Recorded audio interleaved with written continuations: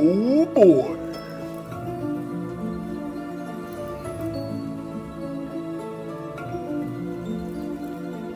Oh boy. You'll have to forgive me, my Mickey Mouse impressions are not, well, they're not the best. They're not the best. Hello, hello, hello. We are back and live again. Been a few days. It has been a few days. We've been on the road. We've been meat stocking. It has been a fantastic time.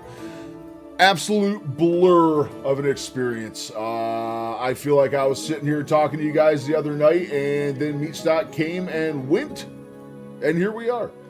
here we are. It was an absolute blur how fast the whole thing went by. It was a truly amazing experience, though. Truly amazing experience. We got to meet so many amazing people. I do kind of want to say I had intended to cover a lot more of the event. It just, the way it played out, I really wasn't able to. It was just a million miles a minute. Million miles a minute. The speakers were absolutely amazing.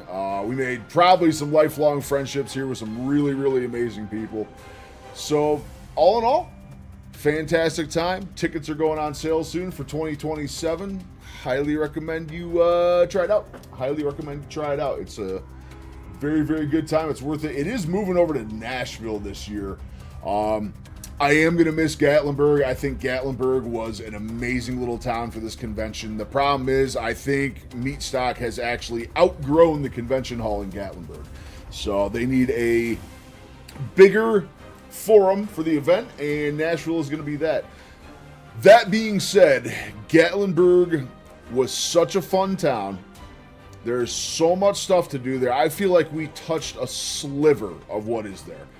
We touched a sliver of what is there. Anytime we had a remote minute of downtime from the event, we were in Gatlinburg just checking stuff out and touring and going in the Space Needle or checking out the aquarium or all sorts of other stuff. And it was fantastic. I'm going to miss it. So I think going into next year, what our plan is going to be is instead of flying into Nashville. Now, I say fly because by May of 2027, I am planning on being small enough to fly again. May of 27, that gives us another year. I mean, we have the potential to get down to the low 300s by the time that next one comes up. So, really, really cool stuff there. But I think our plan going into next year, instead of flying into Nashville for the event, we're going to fly into Knoxville. Roche! What's going on? What's going on? How you been? Long time no see. How's work going? But I think the plan is we're going to fly in Bucky. What's going on? I think the plan is for next year, instead of flying into Nashville for the event, we're going to fly into Knoxville. We're going to rent a car. We're going to go to Nashville for MeatStock. And then instead of going immediately home, we're going to go back over to Knoxville, then head back down to Gatlinburg and spend a couple days there. Diet was great. A lot of dairy. I did have a lot of dairy, and I did try a lot of new products coming up. A lot had some artificial stuff in them. It was interesting. Diet stayed really good, though. Really good. We survived on the road. We survived. I'm 2 minutes in the past. Be with you soon. But it was really good. On the road, we had all sorts of stuff packed with us to go on the road. Wife, again, had never been to a Buc-ee's. So we got to Buc-ee's, which is essentially the halfway point of the trip, is a Buc-ee's in Virginia. So we stopped there. Summer's getting close. Lots of work for the pool business. Oh, I bet you guys are booming. It is booming. Yeah, the the one that Bella really supports, that Miller's Biofarm, the one with all the organic cheese and butter and raw stuff. They were there, and I tried a lot of their stuff. At the festival itself, they did not have a lot for food vendors. Well, all right, for vendors, like actual concession there, they did not have a lot. They had burgers. They had massive, big old burger patties, and that's what we survived off of at the event the whole time. We were going out to dinner almost every night. We were treating this as a little mini vacation at the same time. So we were hitting up some restaurants, lots of steak places down there. There is a Brazilian steakhouse there that we didn't make it to. I know a lot of the people at MeatStock were going there the whole time. We found a surf and turf restaurant that was absolutely amazing. It was so good. I got a ribeye there like this big, utterly delicious. Wifey also didn't finish half her ribeye in this amazing restaurant, so I had a ribeye and a half. Absolutely amazing time, though. Amazing time. I apologize again for my coverage. I had planned this whole thing out a lot different in my head. I had seen myself as a reporter guy covering this, covering that, and it didn't work out like that. It was just a million miles an hour. I got to meet so many amazing people. I met Ken Berry. I met Carrie Mann. I talked to Carrie Mann for quite a while. Absolute sweetheart. He is a sweetheart. I met his partner, Adam, his cohort that did Healing Humanity, the whole documentary with him. Guys, the Healing Humanity documentary. Oh, I can't say anything about it. I can't spill the beans on anything, but you have to see it when it comes out. You have to see it when it comes out. It is so good. It's so good. The premiere for that was Saturday night. It was amazing. His partner, Adam. Yeah, I probably should have led with documentary partner on that one. His heterosexual life partner. Oh, man. It was such a weekend, though. It was such a weekend. It was so good. So good. I miss Sean Baker. I had like a 2-second window. I probably could have grabbed Sean Baker, but I didn't want to be rude and like jump into the middle of a conversation. And he was actually only there for one day, so I missed my opportunity to meet Sean Baker. Awesome stuff. Awesome stuff, man. Awesome stuff. We met Carrie. Dante Ferrigno. I met Dante Ferrigno. He was a sweetheart. I had an awkward conversation with Dante Ferrigno in the bathroom while we were waiting in line. But he is a super nice guy, incredibly genuine. I got to meet Chafee. I got to meet Dr. Chafee. He was cool. Kelly Hogan. I got to meet so many awesome people. So many awesome people there. We made some really, really good friendships. We ended up going out to a really fancy restaurant with another couple there. They've been in the stream. They've been in the stream several times. Woidus. If you see them in stream, that's who we met up down there. Awesome people. Awesome people. I think we actually formed some like lifelong friendships here. Now, here's the fun part. I talked to the event organizer just this morning. His name is Scott. He's an absolute sweetheart. He's the one that puts on the whole event. He coordinates everything, and watching him in his element, trying to coordinate every single minute of this event as it was happening, I give the guy so much credit because that is so much work. So much work. I didn't get to go on stage. I was supposed to go on stage Saturday morning and it ended up not working out. They only had room for 3 people to go out, and it ended up being Chafee, Carrie, and God, who else? I forget who else. Ken Berry. Ken Berry went out. So unfortunately, I was small fish on the totem pole. I didn't get to go on stage, but I just found out this afternoon from the event organizer, I will be a speaker in 2027. They're doing a full panel on food addiction, and I just found out I am going to speak for it. So I am just, sky's the limit today. Sky's the limit today. I'm feeling really, really good. Today is 202 days of carnivore, by the way. 202 days. We have been eating the meats. I am currently in a fast from all the cheese and dairy and raw butter and oh my God, dude. Gonna have to face it. You're addicted to food. Oh, absolutely. And I'm very willing to talk about it. Dr. Boz, I did, but I did not have a chance to talk to her. I'm assuming you meant Dr. Boz. I did. I saw a lot of people speak. I saw Bella speak. Bella was only out on the floor for like 20 minutes maybe, and I didn't get a chance to catch her or meet her. See the lights, but we're not home. True facts, man. True facts. We got a lot of work to do. We're going to kick things into high gear. I am so reinvigorated on the mission right now after going to this event. I am so locked in. I'm so ready to push forward. Yeah, I think autocorrect. I did see her speak, Benny. I saw her speak, and she was doing, she was meeting people. She had a little booth, and they were having meetings go on and stuff like that, but there was probably 200 people in line. We did get to meet and talk to Dr. Avadia, Phil Avadia. He was fucking phenomenal. His presentation was probably my favorite from the whole thing. It was really, really good. He was phenomenal. His outlook as a heart surgeon and just keeping people off of his table, unreal. He was really good, dude. Chafee, I'll tell you what, Chafee is a handsome devil, man. He is a handsome devil, that guy. I got to talk to him briefly. I only got to talk to Dr. Chafee for probably all of like 36 seconds. So that's your Addicted to Love? I didn't. I missed that one. Right over my head. Right over my head. But all in all, an amazing weekend. We did a ton of stuff in Gatlinburg. We did the Space Needle. We saw a little bit of live music. We went to the aquarium. Kind of disappointed in the aquarium. It was really cool. I got to see some sharks. I got to see some octopus. I got to see some deep sea crabs. And they were really cool. Was expecting a lot more for the ticket price at the aquarium, though. It's the Ripley's Believe It or Not aquarium, and for the cost of admission,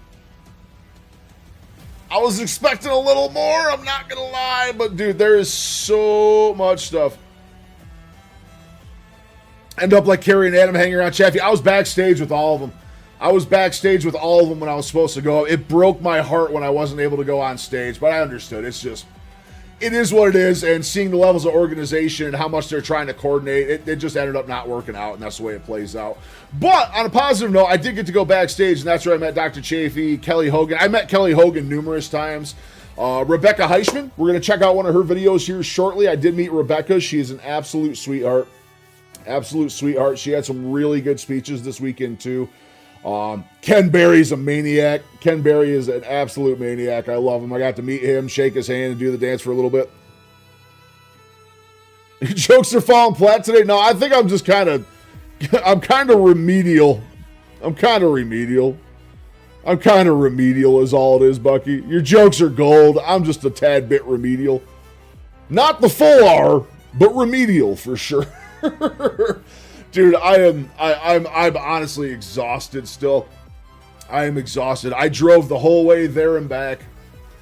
The drive home sucked. The drive home was utterly miserable. It just took so long. And I don't know if you saw the collab I did on Monday with Highway Health Coach. His name is Brandon. He is on a mission to improve the overall health and well-being of the commercial driving industry. And I had to meet him in a town called Pigeon Forge after we went to the aquarium that morning. So we checked out of the hotel on Monday. We went to the aquarium. By the time we got done at the aquarium, it was probably like 1 in the afternoon. We went to the next town over. I met Highway Health Coach. We did a little collab together because I really, really do want to shelp. I want to shelp hair, dude. Oh, I can't understand jokes today. I can't talk today, dude. I'm still a mess. I'm still an absolute mess.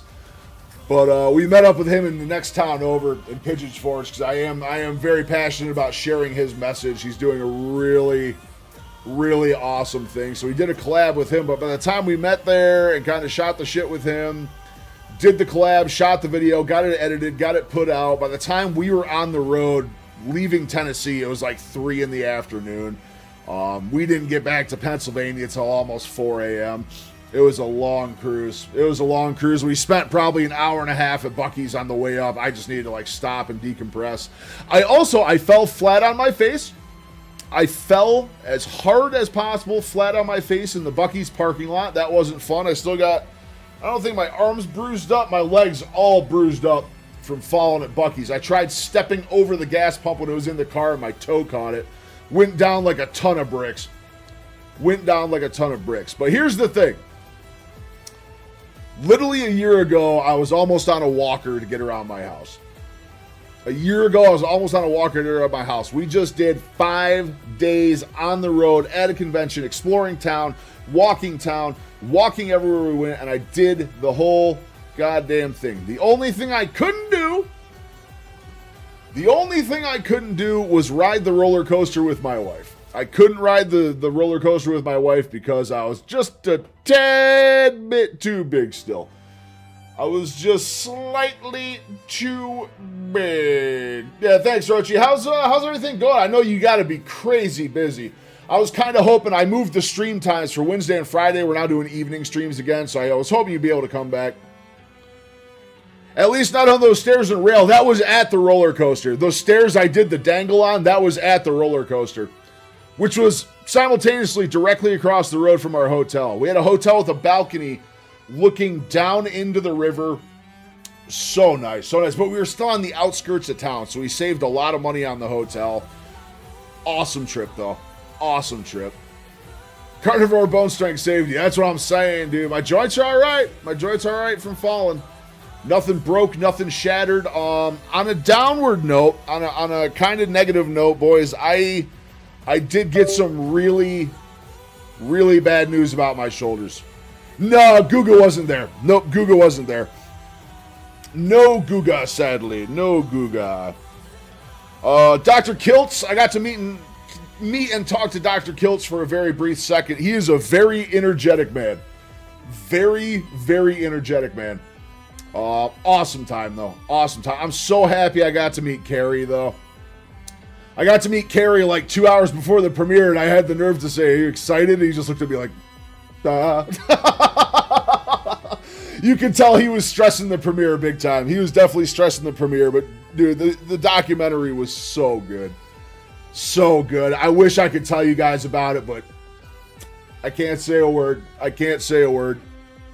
Phones were banished for the premiere, everything. So, who is my favorite speaker and why? I honestly think overall my favorite speaking session that I saw was Dr. Phil Avadia. Number one, I going into carnivore, I had the general cholesterol concerns that everyone else does, and his way of taking high-level medical terminology and putting it into a format where a simple man like me can understand and feel comfortable with, and just the fact that he's performed several thousand open heart surgeries and cardiac surgeries and stuff like that, I thought he was amazing. I did get the chance to meet him as well. Me and Katie had the chance to meet him and talk to him for a few minutes and schmooze him and shake his hand, and really nice guy. Really, really nice guy. No, there wasn't NDAs. There was no NDAs we had to sign or anything else, but it's just, out of respect, everyone was told just to be hush-hush about everything, so I'm going to be super respectful about it.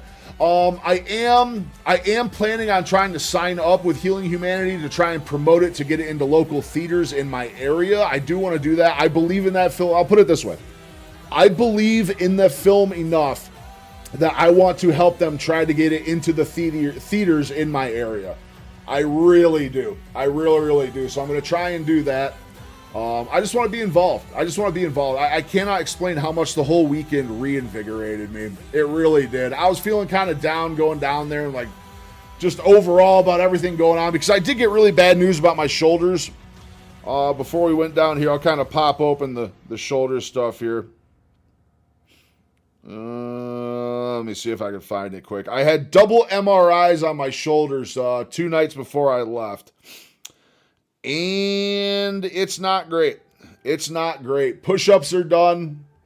Swimming might have to be done for a little while. I'm still going to do my resistance sprints in the pool. I'm just going to switch over to pure resistance sprinting in the pool. But overhand stroke swimming might actually be out for a little while.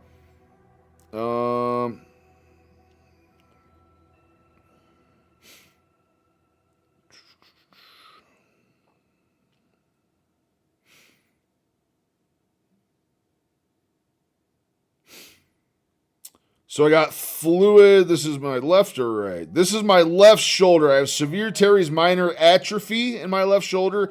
I have trace fluid in the anterior subacromial subdeltoid bursa. So, I mean, that's a mouthful. That's a mouthful, but that's not good. Small fluid in the subscapulus recess. That's not great. That's not great. That's the left shoulder, and then right shoulder. Let's take a look there. Right shoulder, trace anterior. Yeah, they found fluid in that one. I have osseous structures. I don't know what that means, but there's no fracture or osseous lesion. Small effusion. Small fluid again in the recess. Like, it's not great news. Yeah, it's only a small amount of fluid, and I don't want to get too much into it. Like, I'm open to talk about it, but I don't really know exactly what I'm looking at yet. I do have to see the orthopedic doctor to see exactly what's going on. You and I are too much alike. We both want the golden ring now, even though we are better than we've ever been in a decade. I hear you, Benny. I hear you, dude. I just want better. I just want to be better. I want to be faster. I want to be in less pain. I want to be less swollen. The scale was terrible when I got home. I'm curious to see what my weigh-in is going to be this like. I was up almost 10 pounds from when I left the trip. I did the weigh-in right before I left for the trip. Can't they suck it out if it's just fluid? I'm not sure on that, Bucky. I see my orthopedic guy on the 21st to actually get a full sit down and kind of find out more what's going on. Physical therapy I have next week. They're going to have the results as well. I'm very curious to see what physical therapy says. I was supposed to see him tomorrow morning. I was supposed to have physical therapy bright and early 7 a.m. tomorrow, but my truck is in the shop, so I don't have a vehicle to go to PT tomorrow. So I will find out more from physical therapy next week, and then the following week I'll find out from my actual orthopedic surgeon as to what the next steps are here. I'm assuming they'll probably drain the fluid and probably go with who's my inspiration in starting carnivore? Jammer. It's actually, I don't know if I can really point my finger towards any influencer directly that was my inspiration. I've heard of carnivore numerous times over the years, and I always brushed it off as being like a fad diet and stuff like that. One of the biggest things, I found a carnivore group on X, and I started following their posts and talking to them and kind of talking about what I was trying to do and what my goals were, and they kind of convinced me to take the first steps into the realm. Now, once I was in carnivore, that's when I started watching Carrie Mann and Bella and Dr. Ken Berry, Sean Baker, Anthony Chafee, Phil Avadia, Tony Hampton. I started watching all those guys, and every single one of them has been a help in a different way. They're all phenomenal, but I don't know if I can point to a specific one. I think I just kind of fell into it, and that's really when I started finding all the big influencers and big names that are behind it. And now I watch every one of them. At least no fractures to the cartilages there. Yeah, it says the cartilage is intact. It does say my cartilage is intact, so we're looking good there. We definitely got muscle atrophy on this side, so we're gonna see what they want to do. Maybe they'll drain the fluid. Maybe we'll do some injections. Who knows? Who knows? Time will tell. Fluid being in sounds good. Do you think with limes no fluid reaches? Yeah. I'm imagining the way it reads. The three wise men's doctors, Baker, Berry, Chafee. Yes, indeed. I didn't get to meet Sean Baker. I missed him by 2 minutes. 2 minutes. He was in a group of people, and it was like a small group of people, and I didn't want to go budge in. And I remember Katie saying, "Oh, you got to go talk to him. You got to talk to him right now." I said, "No, we'll just talk to him tomorrow. We got all weekend." Well, turns out he was not going to be there, and I should have just budged into the conversation. It says it's intact. I don't know what that means. They still say the cartilage in my knee is intact, yet it's bone on bone in spots. So I'm not sure. It's like I'm trying to read the radiology results because that's what's in my inbox. I don't actually have images of the MRI I can see, so not 100%. And it's like I don't want to dive too into it, and I'm just going to wait and see what the doctor has to say on it. I'm going to see what the doctor has to say and kind of go from there. But yeah, they truly are the three wise men, Jammer. They really are. I got to meet two of them. Ken Berry is super nice. Really nice guy. Really nice guy. Carrie's a sweetheart.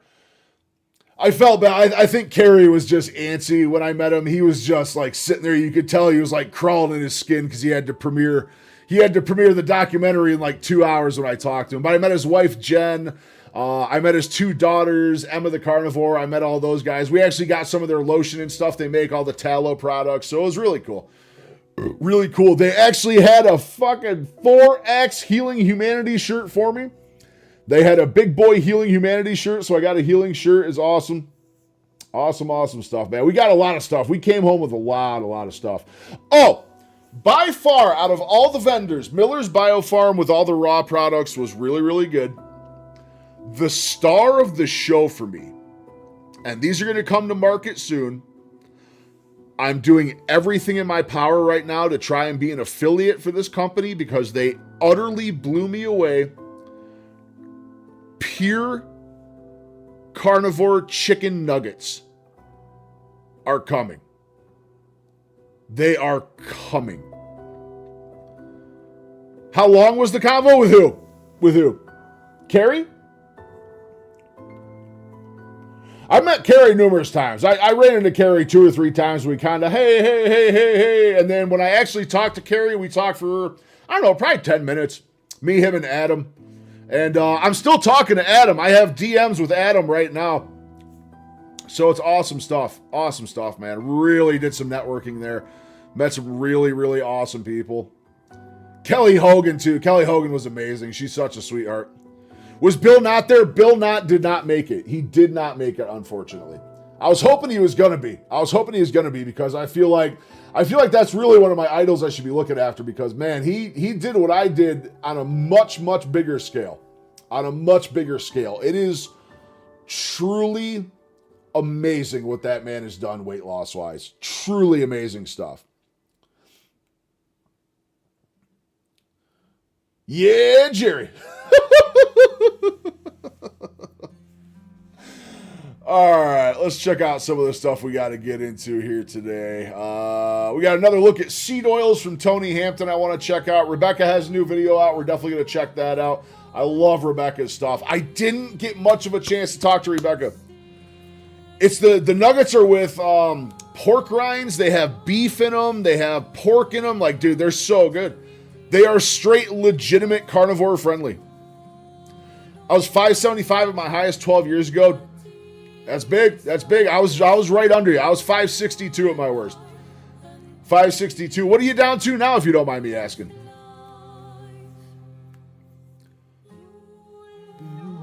Was only 39 seconds in the past for all. That's why I was late responding. Gotcha. It seems like it's so easy to get behind where the live is on YouTube. I'm not sure why it works like that. I'm really not sure why it works like that.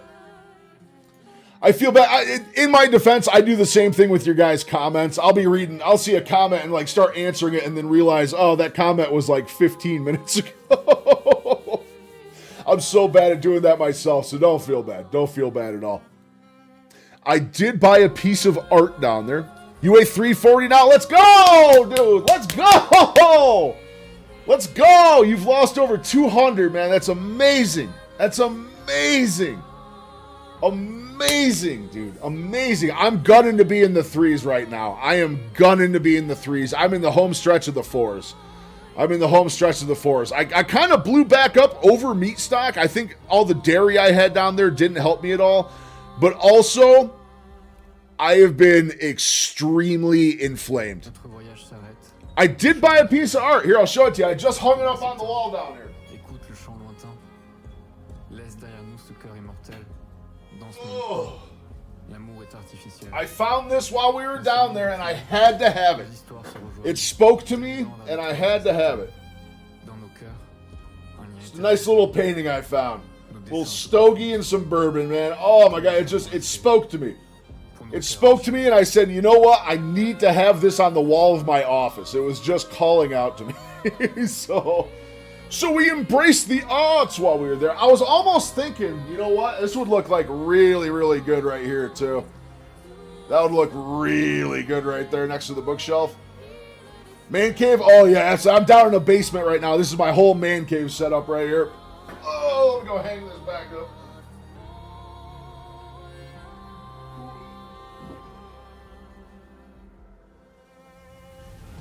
Go try and get it nice and straight. I have that, and I'll mix it with me. It's funny. It's funny because I don't... Is it an oil painting? Yeah, it's an oil painting. Yep, oil painting. So my wife got me this years ago. The bar book. She gave me like the bar Bible. This is how to make like every cocktail in existence. Here I was thinking there was going to be some slabs of meat. No, dude, I couldn't find any like that. You know what was funny? Was going to the restaurants and like they'd come out and they'd start talking about the sides and stuff that come with your dish. And as soon as I'd start to go, well, I can't have the sides, they would just immediately answer like, oh, you're from the carnivore conference, aren't you? You're like the 15th one that's come in. What's my current job? I actually am unemployed right now. My wife graciously let me take a year off of work to focus on making content and losing weight. So I am still in the midst of my year of downtime, just trying to focus on myself and get better. I have a truly, truly amazing wife who let me do that. However, I will be going back in August. I'll be going back in August. Now, previously, I was a CDL driver for many, many years, and then I worked in logistics, the paperwork end of trucking and all that stuff, routing, scheduling, stuff like that. Amazing wife. Amazing wife. I love her to death. Love her to death. We're coming up on our 5-year anniversary this year, too. 5-year anniversary is this year. I don't know how it went by so fast, but it did. You'll be 65 in 1 week, retired? Awesome, awesome, awesome. I'm thinking about getting back into healthcare. My wife is an RN.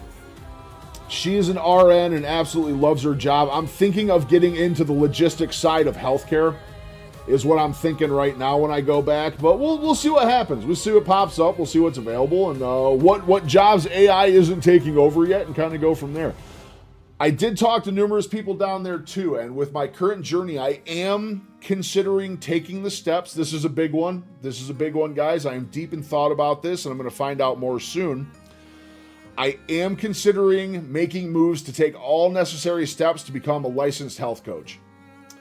I think it's going to be a really, really good play, and I can help a lot of people who are in my shoes, who are going through what I've been going through. And I need to do more. I need to prove myself more of a success story to be able to advertise, I think, and do that. But I really, really am thinking about becoming a licensed health coach. I'm really thinking about doing it.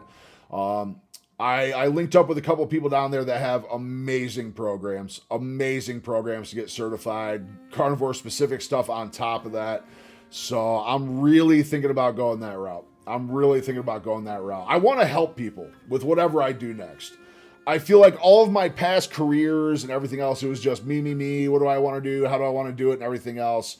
Long ago, 20 years ago, I did work in healthcare. And I'll tell you what, it was one of the most rewarding things I feel I've ever done. Looking back on it, it truly was a rewarding time in life. So my 2 favorite careers for women. I like to date RN nurses and teachers. Many years ago, I was a paramedic and PA state constable. Gotcha. Bruce, what's going on? Alabama. Oh, you want to chat with me on Discord? Man, you really showed your true colors real quick there. We're going to ban you out real quick. Goodbye, Mr. Bot. Yep, I love the nurses too. I love the nurses. I ended up shagging up for life with one. We've been together. Actually, I think this fall we're going to be married 5 years and together 14 years.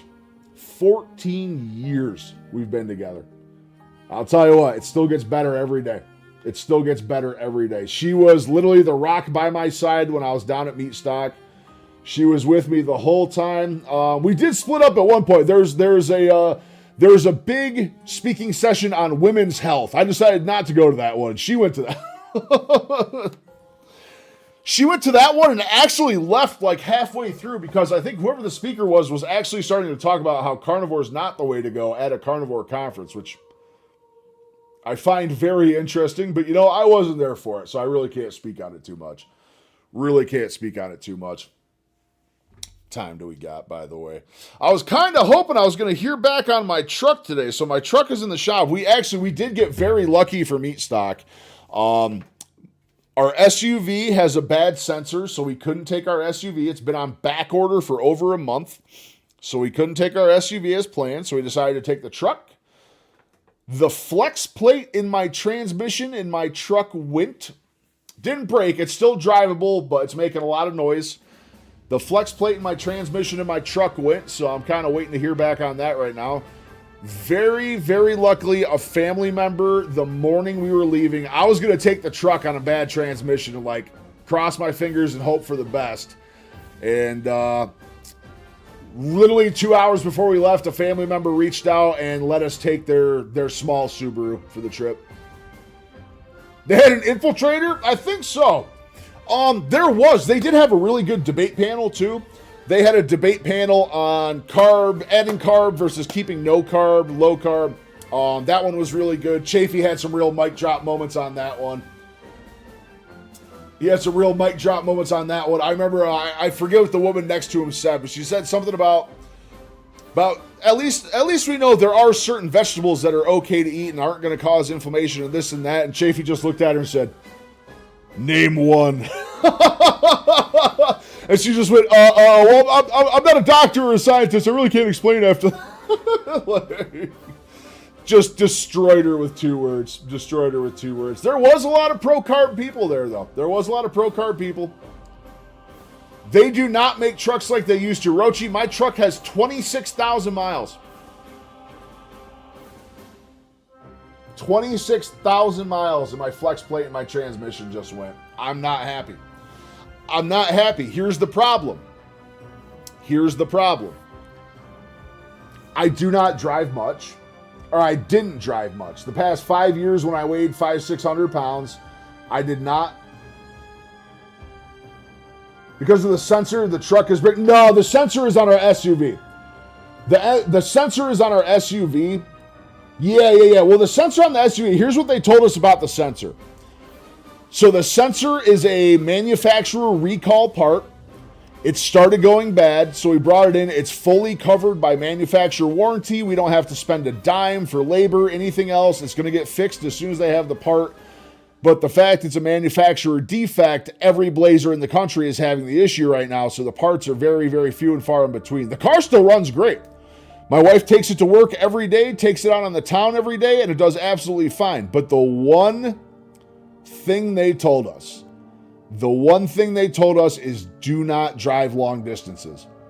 So it probably would have been fine for the trip, but also if something did happen, we would have completely voided the warranty repair, had to pay cash out of pocket, so it's just nightmare fuel. I own a 2018 Chevy Silverado pickup truck. It only has 21,000. Yeah, I feel you. I have a 2019 F-150. 26,000 miles, original, all mine. It is a pavement princess. It's never been off-roaded. It's never towed anything. Literal pavement queen of a truck. It's literally been on dirt roads maybe 10 times its whole life, and I just lost a flex plate in the transmission. And guess what? I've had it for so long, my powertrain warranty no longer exists. So I'm waiting for a phone call from Ford right now to find out, number one, what's going on. Number two, how much they're going to charge me, and then I will be having them transfer me to the general manager of the entire Ford dealership where I bought the truck and saying, hey, I know my powertrain warranty's out, but my truck has a transmission issue at 26,000 miles, my friend. Please tell me you're going to cover it. I'm not going to be a jerk about it. I'm going to handle things nice and conveniently, kill them with kindness, as is my way, as is should be everyone's way. Kill them with kindness is the way to live. That being said, I'm not happy about the situation. There is no way outside of a manufacturer defect that my truck should have a transmission issue at 26,000 miles. There's no way. No way. No way. There's one, but fruits are a little better because the plants wants the fruit carried away and given a fresh pile of fertilizer. Yeah, absolutely. Absolutely. And there was a lot of good arguments on both sides for that. There really was. There was a lot of really good arguments on both sides of the equation. I don't remember a lot of the talking points, but man, it was good. But let's take a look. Carrie has a video out right now talking about they don't make them like they used to. Good God, Rochi, at this point, I want a 1993 Ford Bronco. Just give me a 1993 Ford Bronco, fully refurbished, and I will be good for the rest of my life. I don't want any of this computerized nonsense and sensors and backup cams. I don't need any of this stuff. Oh my God, a Hilux? I can't fit in a Hilux, sadly, but Hiluxes are just invincible. That's why they don't allow them to be sold in the United States, because they last too long. They last too long, and they want trucks to break.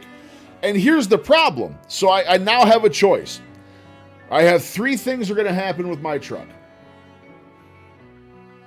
It's going to be a massive, massive expensive repair, and the dealership is going to shoot straight by me, and they're going to cover the repairs because it has 20-something thousand miles. Or I'm going to trade the truck in for something new. Here's my problem. I got looking at all the new pickup trucks. All the new pickup trucks you can get right now. And I hate the engines in every single one of them. I hate the engines in all of them. Toyota got rid of the iForce 5.7 V8, which is like the most reliable Toyota truck engine ever made. My friend has a Toyota Tundra with 740,000 miles, and that engine is still going strong. They just put a new twin-turbo V6 in the Toyotas, which I don't trust yet. It's only been out a year and a half. I don't trust new engines. I don't trust new engines, especially with how many computers and turbos and everything else they're putting on these new vehicles. So Toyota has a new twin turbo V6. It's brand new. I don't trust it.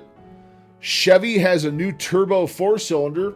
Brand new. I don't trust that. They have a new inline 6 smaller version of the Duramax. I don't trust that. Their 5.3 V8 still has the thing on it where it switches off half the cylinders when you're at cruising speed. I don't like that.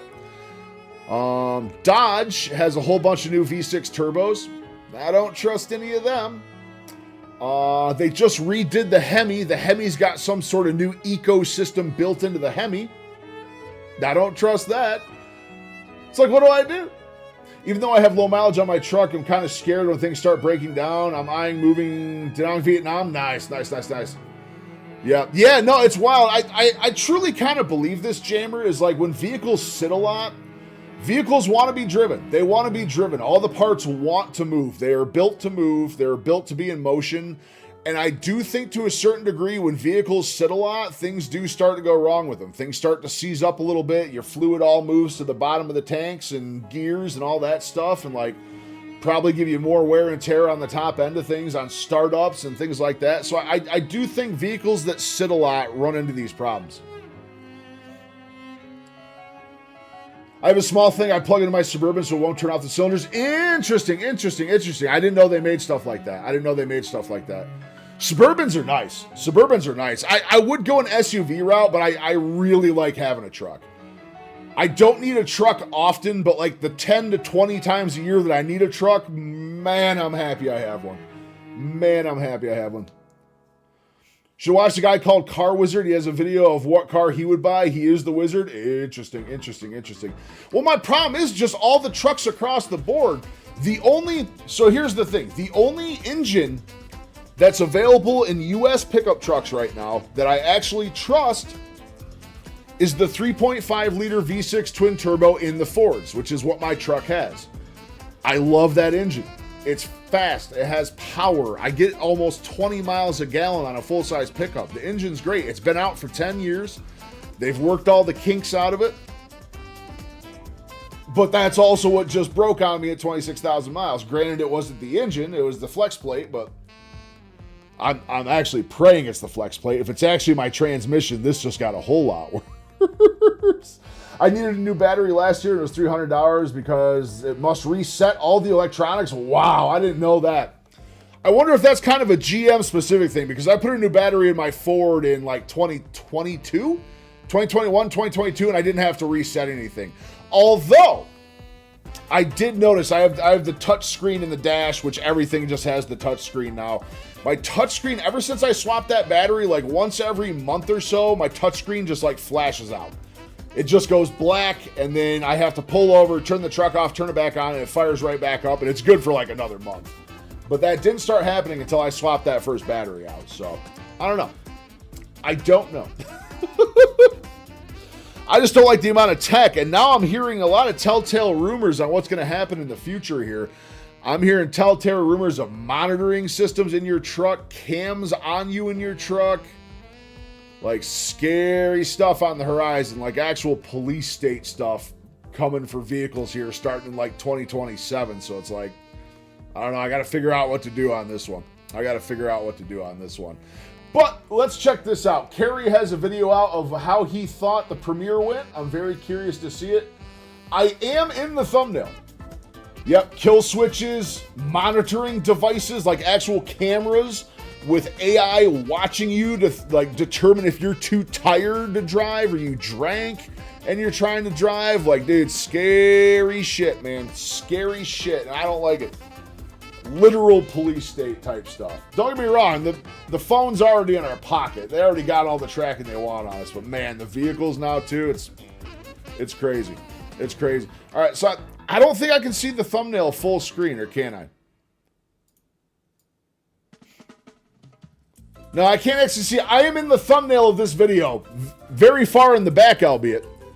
But I am actually in the thumbnail for Kerry's video in this one. It's him on stage looking out into a crowd, so it's me in the middle of 1,000 people.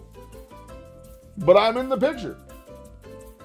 Unfortunately, I can't pull up on the big screen right here. I can't pull up the thumbnail of the video to see if I can see myself, but it is what it is. But this is Kerry's talk on how he felt the premiere went. Very curious to see this. Let's check it out.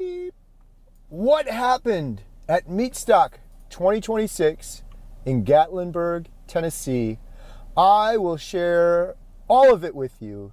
The good, the bad, everything in today's video. I am on the road leaving Gatlinburg, Tennessee, back to Wisconsin.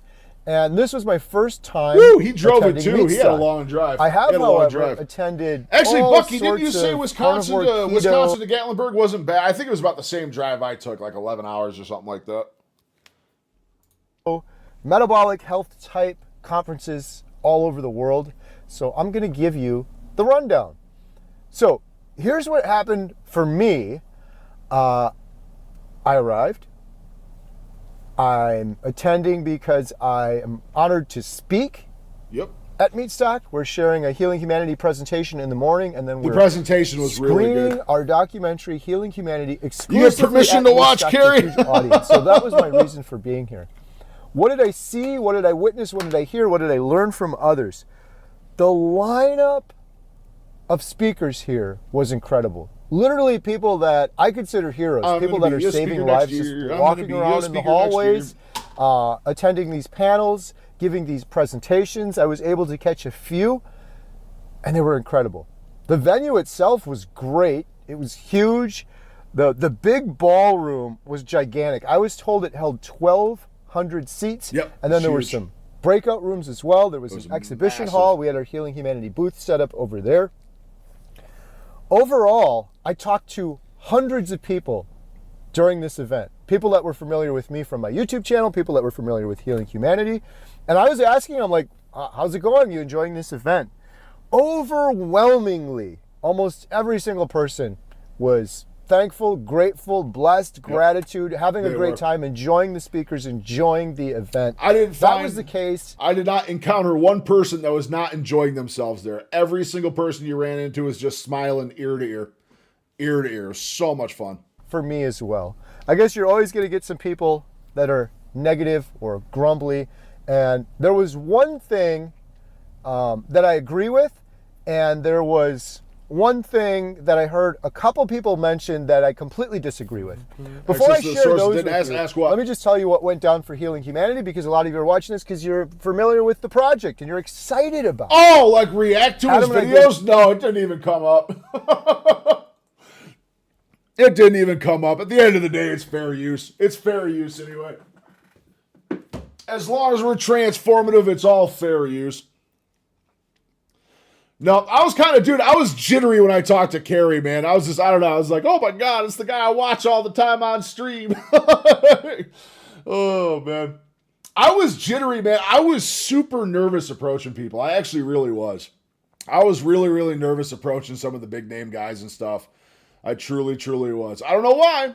But I was. I was for sure. Presentation to kick off Saturday. Yeah, no, I didn't even ask him. It didn't even cross my mind. We talked about the documentary. We shared behind the... Every time I talk to one of the big guys, Ken Berry, Chafee, Kelly Hogan, any of them, Rebecca Heichman, anytime I talk to any of them, I was so nervous, which I'm so outgoing and I'm a salesman. I'm so used to talking to people and asking questions. It's like, I was a little set aback at this conference. I really was. And it's like every time I talked to one of the big names, I would walk away and the jitters would wear off. I'm like, no, there's like 5 things I wanted to ask and I didn't ask. But this was toes in the water. This first one. Next year is going to be even better. Even better. Everyone's starting to know, everyone to recognize for us. They're not as big as you know. They're not my size. I have a couple inches on Kerry. I'm not going to lie. I'm a little bit taller than Kerry. Actually, hold on. Let me see if I can find the picture. Of me and Kerry real quick.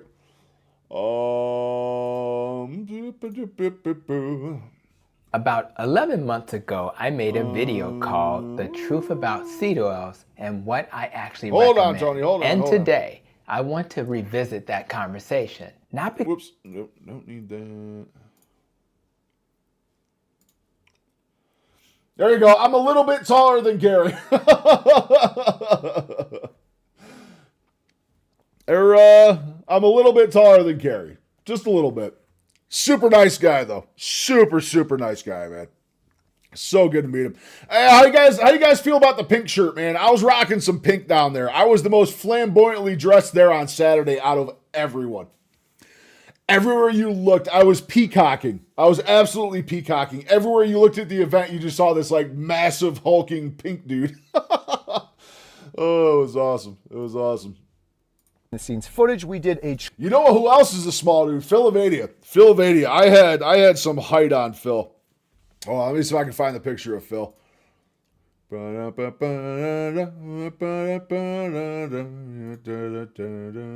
Thank you, Benny. Thank you. Never see that much? I know, dude. I know. Seriously, I was like the only one in pink there. That's why I bought that shirt.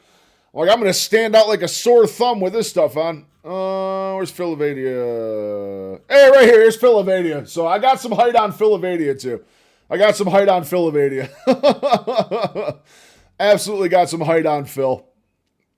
Raw meat. We tried some raw meat while we were there. That was super fun. Really good. There's the actual, the photo taking session. Really good stuff, man. Really, really good stuff. But thank you, buddy. Thank you. I appreciate that. I appreciate that. Surprising that I actually gained weight while I was there. Which is funny because my eating and what I was eating really wasn't that bad. I attribute some of the weight gain I had down there definitely to dairy. I had a lot of cheese. Oh, dude, we completely stopped talking about the chicken nuggets. Dude, these chicken nuggets are amazing, by the way. Like the best thing, like straight dump in your air fryer, pure carnivore chicken nuggets. I want to get with these guys so bad. I want to get behind them because, man, it was so good. It was so good. I kept going back to the booth. Numerous times. Dr. Chafee's girlfriend is a hot Australian model. Can confirm. Absolutely can confirm. And fiance now. Believe it or not, they are engaged. That is his fiance now. Very sweet. Very nice girl. I met her. I got to meet her backstage when I met Dr. Chafee himself, too. Absolute sweetheart. Very, very nice.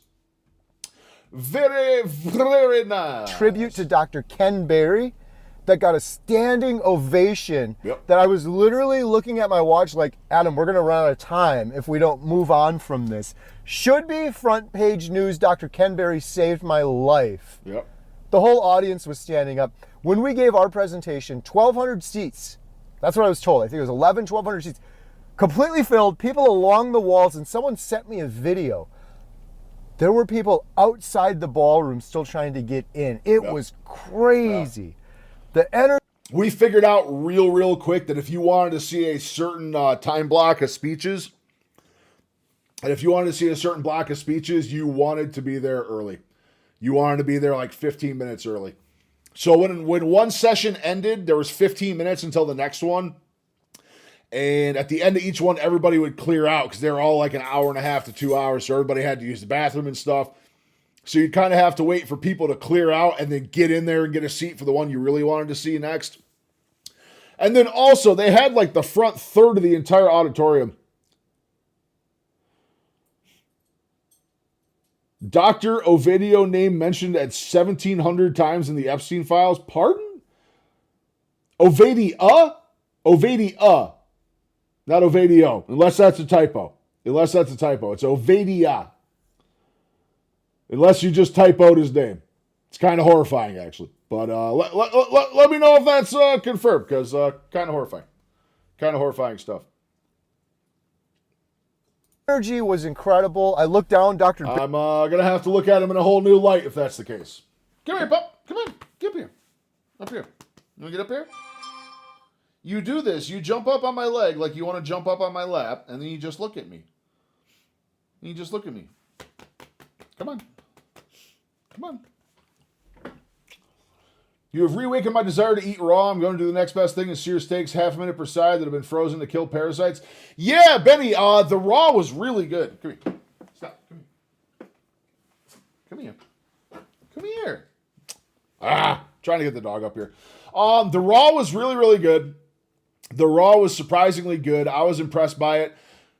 However, we went to a full conference on eating raw, and the people we talked to eat chicken raw. I kid you not. I kid you not. They eat raw pork, raw chicken. I don't know about that one. The raw presentation was really, really strange. It was a strange watch.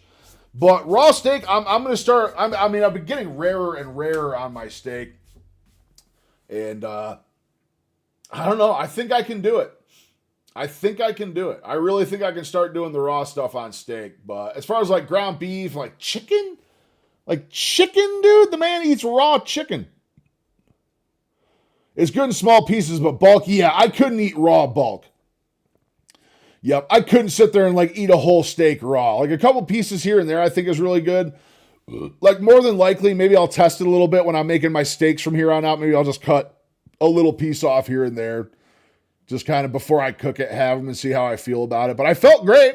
Nothing mattered. Nothing happened. So, yeah, Jammer, let me know on that if Ovadio and Ovadia are two different people or you just had a typo. Because I'm really curious on that.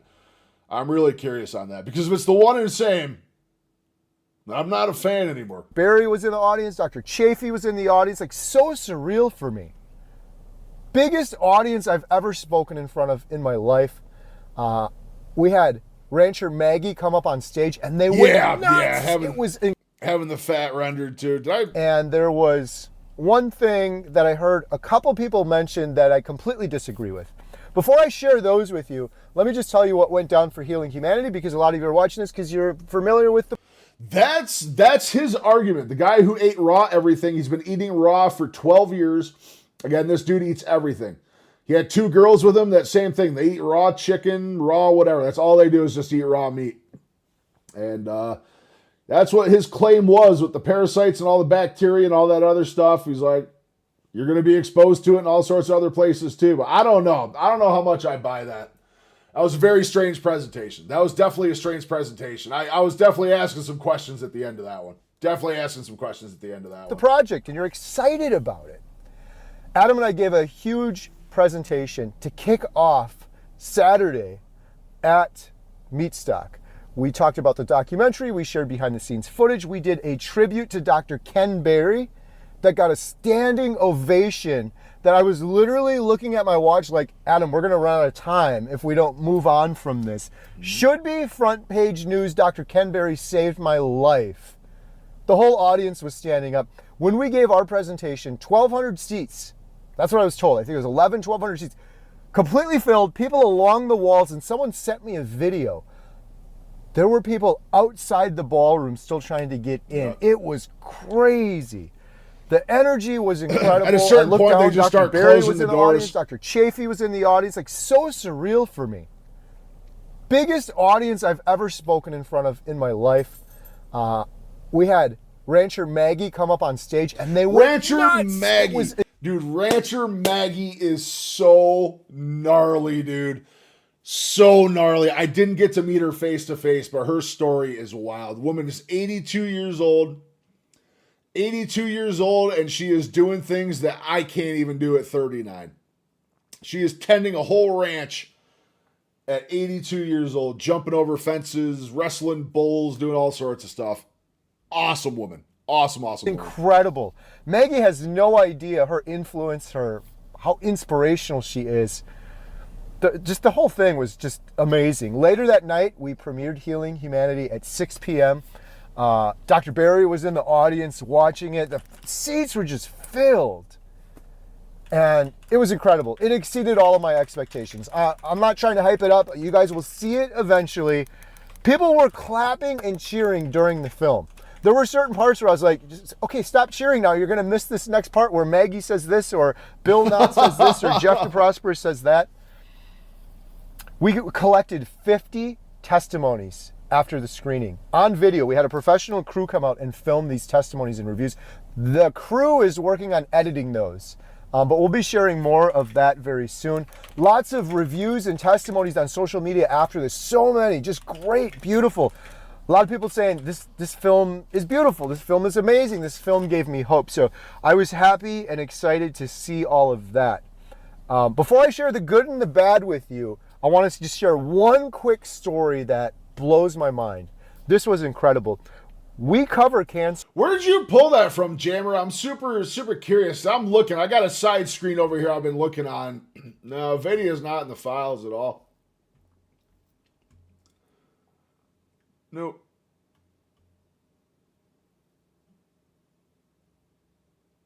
Ornish. There's a Dean Ornish that's in there.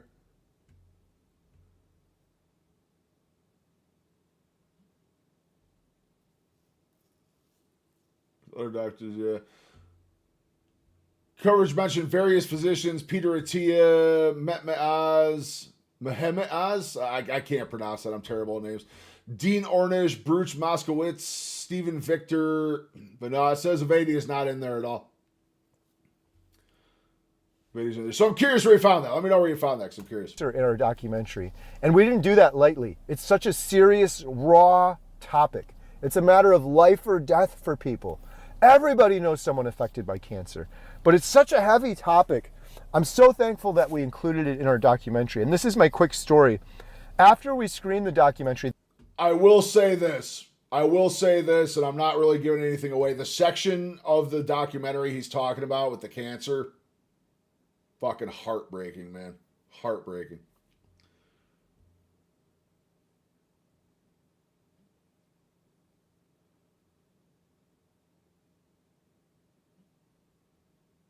Yeah. Dr. Oz, Attia. Yeah, I'm looking right now. There's a whole bunch of doctors in the files, but Avadi is not one of them. I just ran a big search through the whole thing. It checked Gmail. It checked all of it. Avadi is not in there. Any speakers you didn't agree with? There's quite a few I didn't agree with on the level of adding carbs they wanted to. But overall, most people were really good. Really good. I probably saw... I missed a lot of speeches.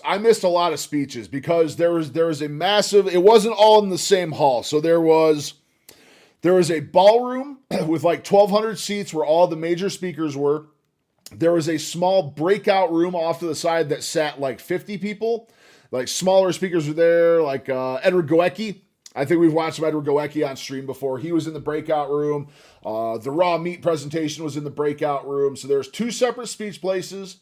And then on top of that, there was the massive open hall with all the vendors and stuff like that, and people looking for affiliates and sharing their products. And it's like, we'd find 2 speeches we want, and we'd probably be in there for like 2 to 3 hours, and we'd leave and do a lap around. Oh, yeah, all the time, Bucky, all the time. People were standing.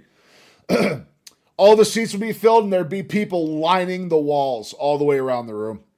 How packed was it overall? I'd say at probably any given time, there was at least like 2,000 plus people there, right around 2,000, a little bit more. Well, I'll put it this way. It's big enough that they're moving it to Nashville next year. It's moving to a bigger venue in Nashville because it's outgrown Gatlinburg. The Gatlinburg Convention Center is amazing, but it's outgrown it. You could tell this year that was like capacity. That was absolute capacity. Apparently last year was the first year and there was like no one there. They did it last year and maybe had like 300 or 400 people, and then boom, this year it's already 2,000. So next year is going to be massive. They had the VIP stuff. Oh my God. If you got VIP tickets, the amount of stuff you get to do with the VIP, they also cost quite a bit of money. the next day, VIP no tickets joke, are I talked no to joke. hundreds of people. I can't even, hundreds. I went to the bathroom. 15 people stopped me. Thank you. They were so thankful and grateful, and they said the documentary gave them hope, and the documentary inspired them, which is just incredible. But this is the story I want to share. One woman came up to me, and she told me that her daughter was a carb addict, and her daughter has stage 3 I don't even think I ovarian. could save up for those VIP tickets, man. I don't think I could do that. They cost a lot. A lot. Cancer. And they've been trying everything to get their daughter carnivore. And by the way, I have permission to share this story. Trying everything to get their daughter carnivore. So like good parents, they brought her to MeatStock. And the daughter went on the first I don't day. think so, Bucky. They cost a lot. They cost a lot. I don't even know what the Nashville ones cost. The tickets aren't live yet for Nashville. I'm going to tell you what right now, if you want to go to MeatStock 2027, you should probably get tickets like when they come out. You should probably get tickets when they come out. So, to a presentation, and the presentations were incredible, but it just didn't inspire her. The daughter left. She went back to the hotel. She's like, whatever. This just isn't my thing. They convinced the daughter to go to the Healing Humanity premiere. And this story was told to me the day after. She went to the premiere, and the cancer segment with Jeff DeProsperous, the daughter was crying through the whole thing. While the mom was telling me the story, the daughter came up, and I got to meet the daughter. The daughter looked me in the eyes. The daughter was crying, and she said, Carrie, for the first time in a very long time, I have hope again. Your documentary, Healing Humanity, Jeff's story within your documentary gave me hope. And she's starting carnivore now.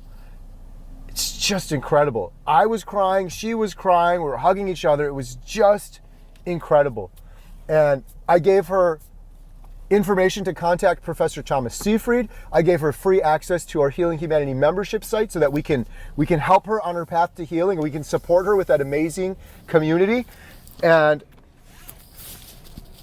as I was telling her all of these things, she was just overflowing with joy. The most remarkable thing that she said to me was, Carrie, you got to understand, stage 3 ovarian cancer,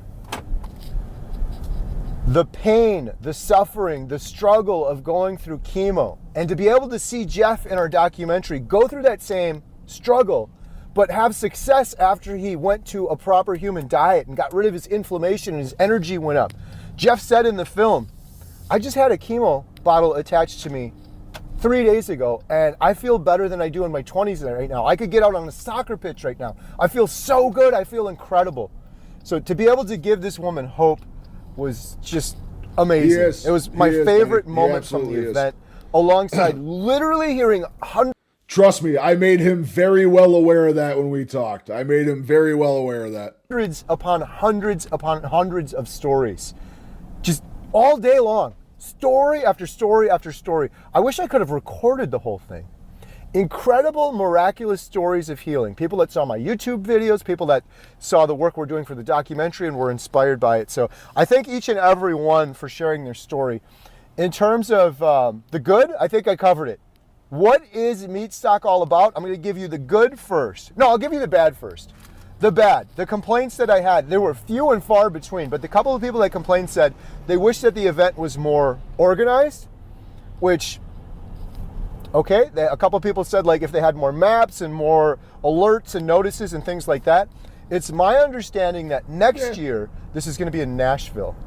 The venue here was beautiful, but there were like dinners and VIP things and stuff that were going on here and shuttles and stuff like that. So I think it all went great, but if it was all in one location, I think it would be so much better. And I'm not sure if this is the case, but it sounded like next year it's going to be in Nashville. So MeatStock convention, go check it out. I'm going to go to MeatStock the rest of my life. I am definitely going next year. But that was one complaint. One other complaint, I heard two people talk about this, and I saw this on social media afterwards. The person was complaining because some of the presentations in the big ballroom went crazy, and the seats were filled and there was nowhere to sit for people. Yeah. I'm sorry if this comes off harsh, but I think that criticism is stupid. First come, first of all, there's a thing called a fire code. You can't just add more chairs and just have like a couple thousand chairs in there. I get it. Maybe the venue could have been bigger to accommodate every single person that would come. I think that's what's going to happen next year. But absent that, there were 1,200 seats in the ballroom. Like if you wanted to go to a presentation, you could have gone a couple of minutes early and sat in one of the 12. That's literally what I just said, man. That's literally what I just said. We figured that out within an hour of being there, that you need to be to whatever presentations you care about 15 minutes early. 15 minutes early, go in and stand, and as soon as the prior presentation ends and 25% of the people stand up to use the bathroom or go do other stuff or go check out other stuff, bam, get you some good seats. Get you some good seats. 100 seats. If I sound a little frustrated, it's because my wife Jen and I run our small town movie theater, and from time to time you'll get people that come in at the last minute or 5 minutes late, and then they're upset that it's dark and there's no seats, and it's like, plenty of seats if you just show up a couple minutes early and do a little bit of planning. But that was one feedback that I just disagree with. But I didn't go to MeatStock last year. I heard this was just amazing, like on a scale way bigger than last year. And as things happen, you learn, you improve. I anticipate that MeatStock next year is just going to be the greatest event of all time. Like ridiculous. The lineup of speakers that we had at this one, and I personally talked to Scott. I'm like, he's kind of a competitive guy. I'm like, how are you going to outdo this? How are you going to top yourself? And without even blinking an eye, he's like, oh, next year's going to be bigger and better and more amazing. So now, those are my thoughts and the good of MeatStock that I'll end this with. What really is MeatStock? What happened at MeatStock? The title of this video, what actually happened at MeatStock? Hope, healing, connection, community, just real healing. This MeatStock facilitated people finding inspiration, hope, and healing. Now, some of the people, they were already eating a proper human diet, and maybe they needed a little bit more guidance to stay on track. Some of the people were doing keto. They were considering, maybe I should go carnivore, and they listened to some of those presentations. Some of the people were just flat outright struggling, and they attended this to remotivate them, to answer some questions that they were concerned about. I feel like that's the bracket I fall into. In many cases, is I wasn't losing like full motivation by any means, but it's been hard. The last couple of weeks, again, you guys have seen the weigh-ins and stuff. I've been yo-yoing between the mid 420s to the mid 430s for like what feels like a month and a half now. I just put out the 200 days of carnivore video, and I had to put in my overall weight loss, and it's literally like 8 pounds more than the day 100. Like, it's not even close. Or no, it's like 13 pounds more. So I need to get locked back in. I need to focus up, and I think this was precisely what I needed. I was that bracket. I needed to go there to get reinvigorated, to make sure everything's locked down, that I'm on the right path, doing what I got to do. And that was it. It's like the example I shared with you. Family was bringing others to this. So a metabolically healthy father was bringing their daughter to this to learn about this from other voices. But overall, healing and community was facilitated through this event in person, and the energy was just incredible. So much healing under one room. That carnivore zen, that proper human diet zen, that amazing energy was present there in the building. And I thank Scott for putting this together. It's easy for people afterwards to say, well, I wish this would have happened or that would have happened. It's a free world. You go do your next sort of convention and see how it goes. But overall, the majority of the people I talked to, including when I gave my presentation and said, who's having fun? Who's excited here at MeatStock? And it was like, they were going nuts. Give me 1 second, guys. I gotta take this call. It was an incredible event.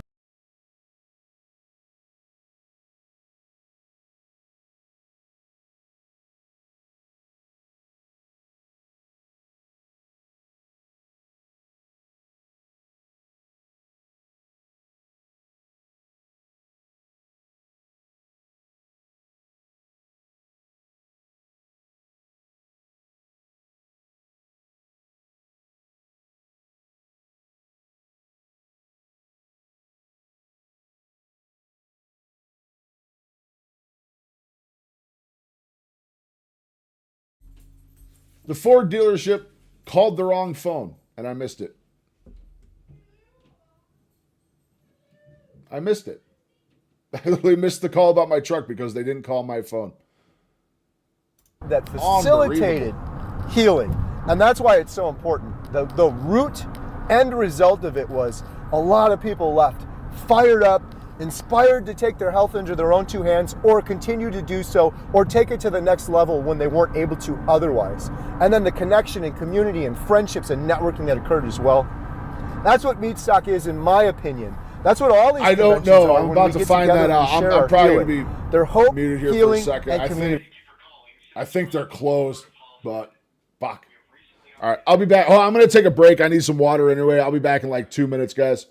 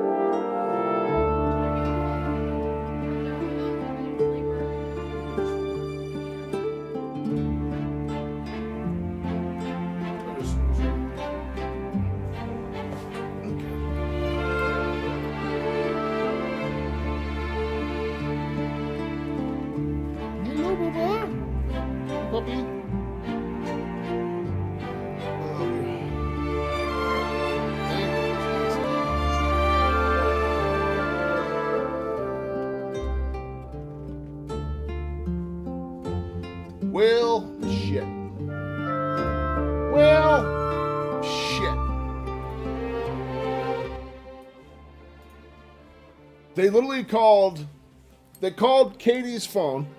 They literally called my wife's phone, didn't leave a voicemail, and didn't call me. Make that make sense. Make that make sense. So, you'd think they'd leave a voicemail. But yeah, Bucky, I do not have a warranty. I don't have a warranty. I am over. It was 6 years or 100,000 miles, and it's over the 6 years. Has Kenwood started carnivore yet? No, not yet. Not yet. Gotta get the wife done first, and we'll get him. Gotta get wifey set up first, and we'll get him. But, man, god damn, dude, that sucks. I'm just without a vehicle overnight. Not fantastic. Not fantastic. Actually, does that screw me for tomorrow? Nah, I can make it to my other appointment tomorrow. Yikes. All right, well, I know what I'm doing first thing in the morning is contacting the Ford dealership. Some of the healthy habits you're doing. We're going to check out Mrs. Rebecca Heichman. Got to meet her. Absolute sweetheart. Phenomenal human being. She got bull rushed. I met her. I got a hug. We just started talking, and she got mobbed by like 10 people. So I just kind of, it was nice to meet you. Just walked away. I didn't get a chance to talk to her again, but very, very sweet woman. Very, very sweet person. Might be the exact reason that your metabolism isn't working. You're not broken. You're likely applying the right habits at the wrong time. Your body responds based on capacity, not effort. Habit number 1 that is hurting you is under eating. This suppresses leptin sensitivity. It elevates stress hormones, which will blunt fat oxidation, and the body will actually down-regulate to conserve energy. It's like dogs were designed to eat raw. Yeah, anything I give them is raw. Anything I give them is raw. Habit number 2 is over-fasting. Intermittent fasting is appropriate for most people, but extended fasting is right for a single individual in a particular season. It is not a one-size-fits-all approach, and it is not appropriate for many people, especially women who are postpartum or anyone who's hormonally unstable. Extended fasting will also suppress leptin sensitivity, but it will really dysregulate your hormones. I have personally seen extended fasting backfire more than 1,000 times. I've worked with so many individuals who were told to eat a ton of food and then fast excessively, and it resulted in a binge eating disorder. It is not a healthy behavior with food, and it's a very extreme approach. Again, that's appropriate only for certain people in certain seasons of life. Habit number 3 is clean eating. But tell you what, it's appropriate for me. Fasting works fantastic for me, and it has not led to binging. It has not led to binging. Actually, I find when I come out of a fast, as much as my mind is saying, yay, the fast is over, we get to go megaton and eat whatever we want, I have like 500 calories and go, okay, I'm violently full. I don't want any more. Not eating enough.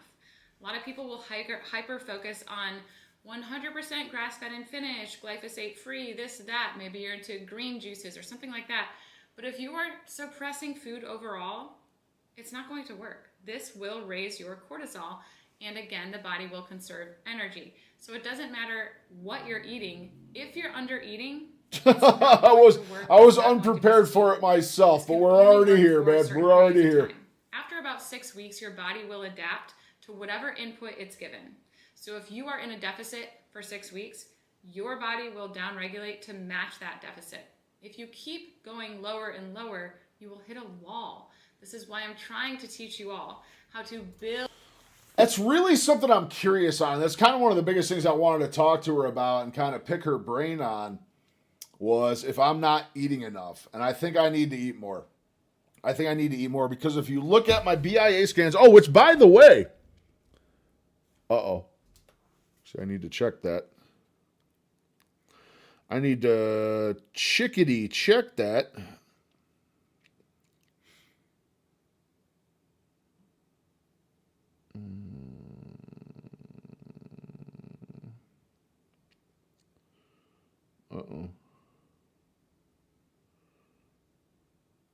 Ruh-roh.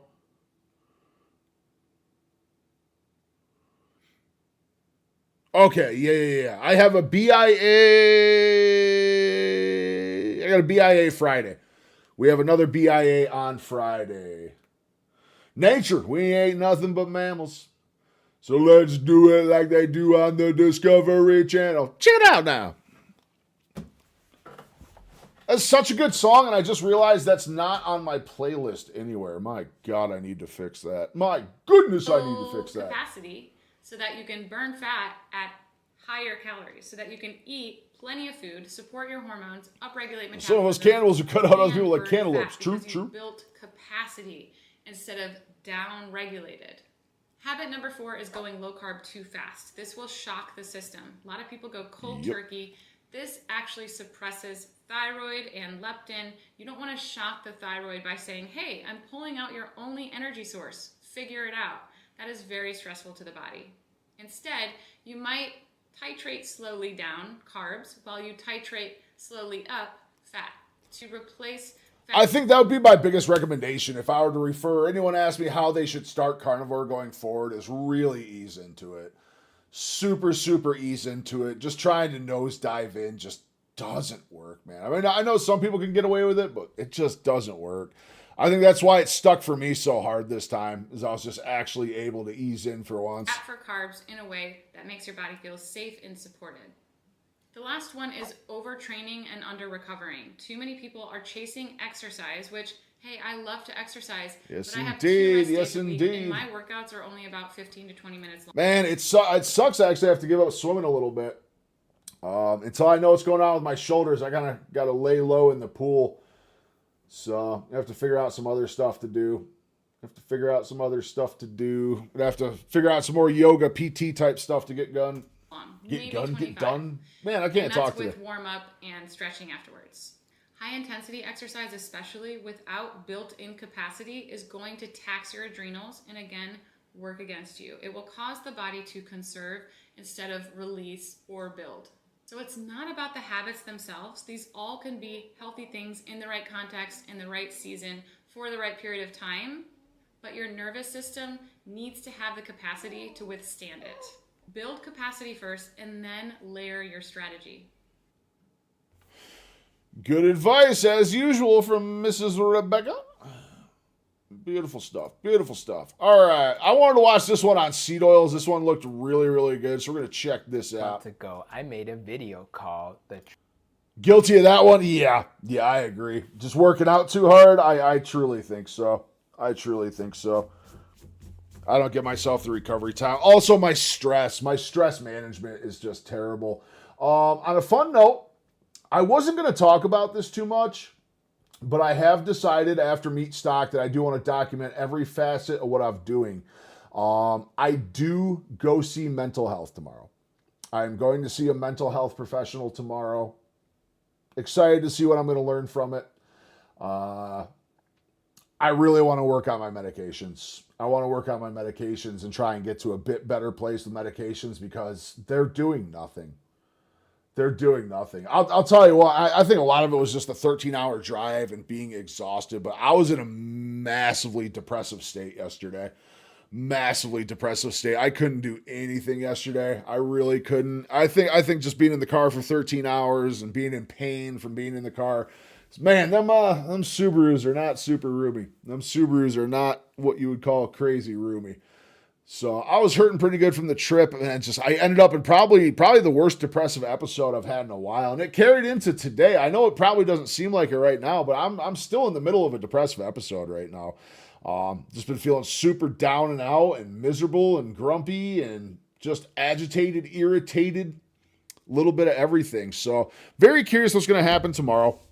I will try to document what I can. I'm not going to be able to film there, but I do want to document the whole process of starting to tackle. Because we started tackling the weight. Step number 1 is the weight. No, we didn't take it, Bucky. We didn't take it. Last minute, thank God. Last minute, a family member let us take their car. They have a brand new Subaru Forester. They let us take that.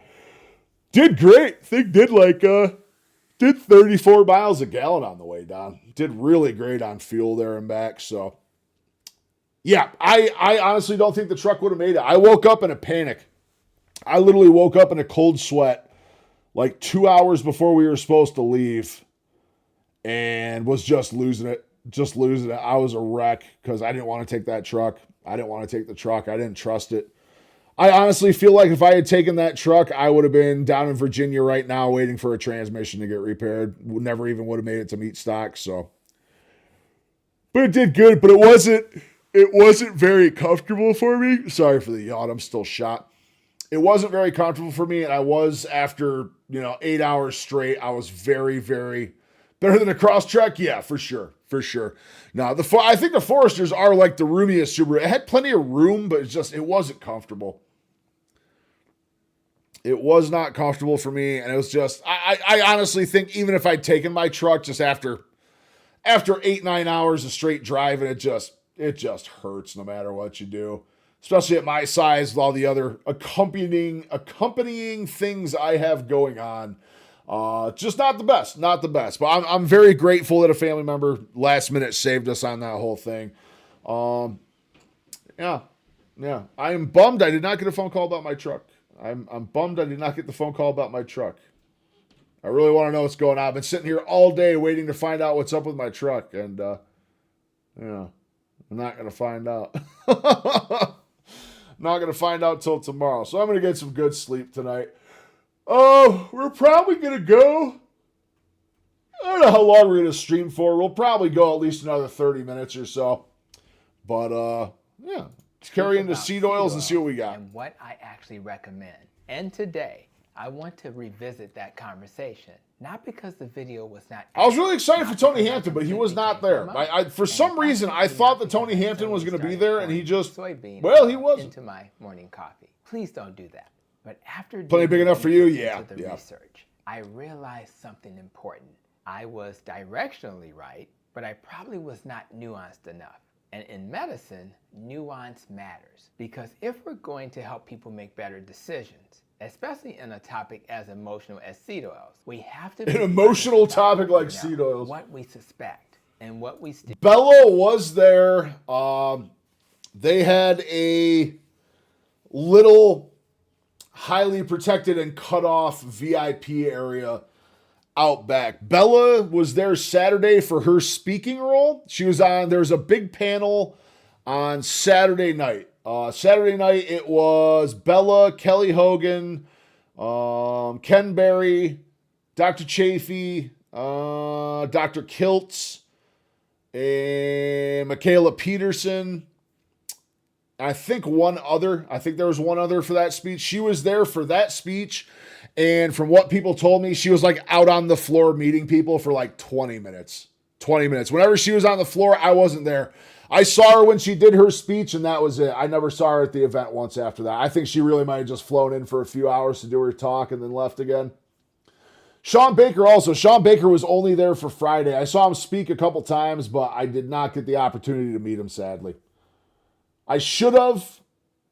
There was a little window where he was somewhat open to talk to, and Katie told me to go for it, and I said, nah, I'll catch him tomorrow, and I truly regret that because I missed talking to him, but it's what it is. Prove. So let me say clearly where I stand right She didn't want to get Emmy rude. Yeah, dude, true facts. True facts, man. Especially picture my ogre ass like coming out of like, oh, she's like, ah! Oh, man.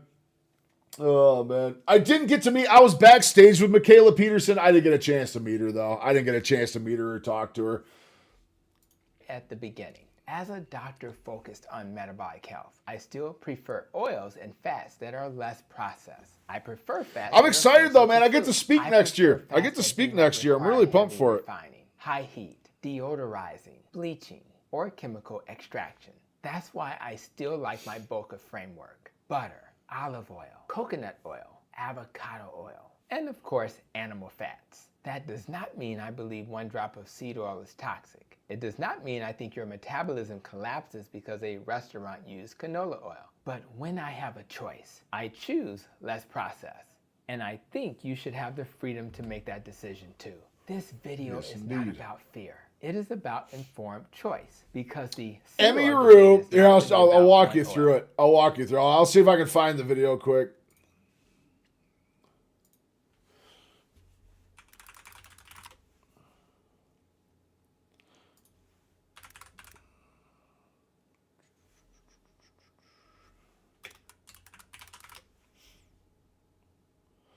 So Emmy Rue is a very, very, very big Twitch streamer. And this is what happened to her at TwitchCon.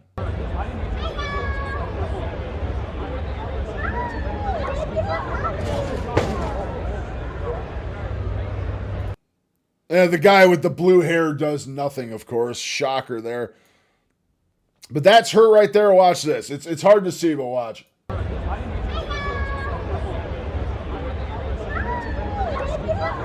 Dude just came up and just grabbed a hold of her and tried to kiss her, and like no one even stopped it. Like there's no security or anything. So Bella was probably concerned about something like that happening from someone. Does not surprise me. Does not surprise me.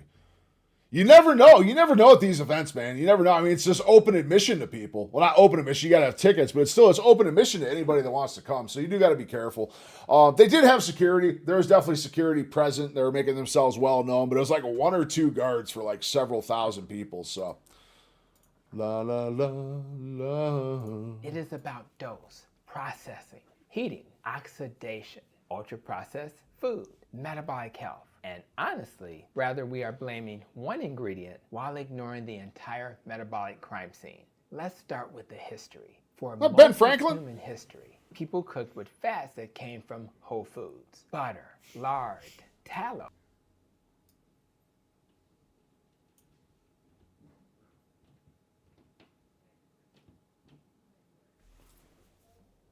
I am not being racist in the slightest here, but something's off about this AI picture in the time period. Can anyone put their finger on it? No? All right, moving on.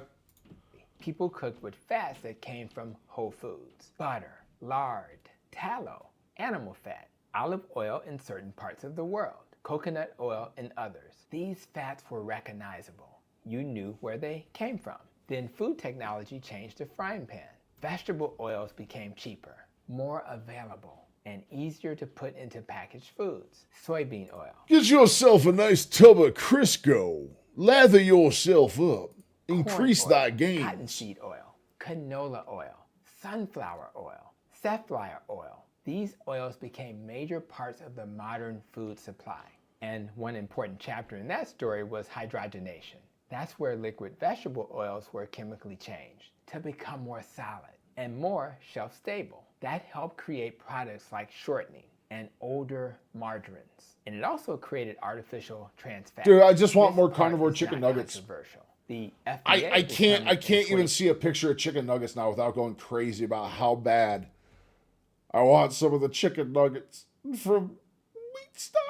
I just want them. Partially hydrogenated oils were no longer generally recognized as safe. The FDA also states that in the past, most artificial trans fats in foods came from partially hydrogenated oils, and removing those oils from processed foods I is can say that estimated word. to prevent thousands of heart attacks and deaths each year. That matters because when people say doctors told us to replace traditional fats with industrial oils, there is a real historical wound there. The public was told certain processed fats were healthier. Then later, we learned some of those fats were harmful. So I understand why people are skeptical. I am skeptical too. But here's where we have to be precise. Modern non-hydrogenated seed oils are not exactly the same as old partially hydrogenated oils.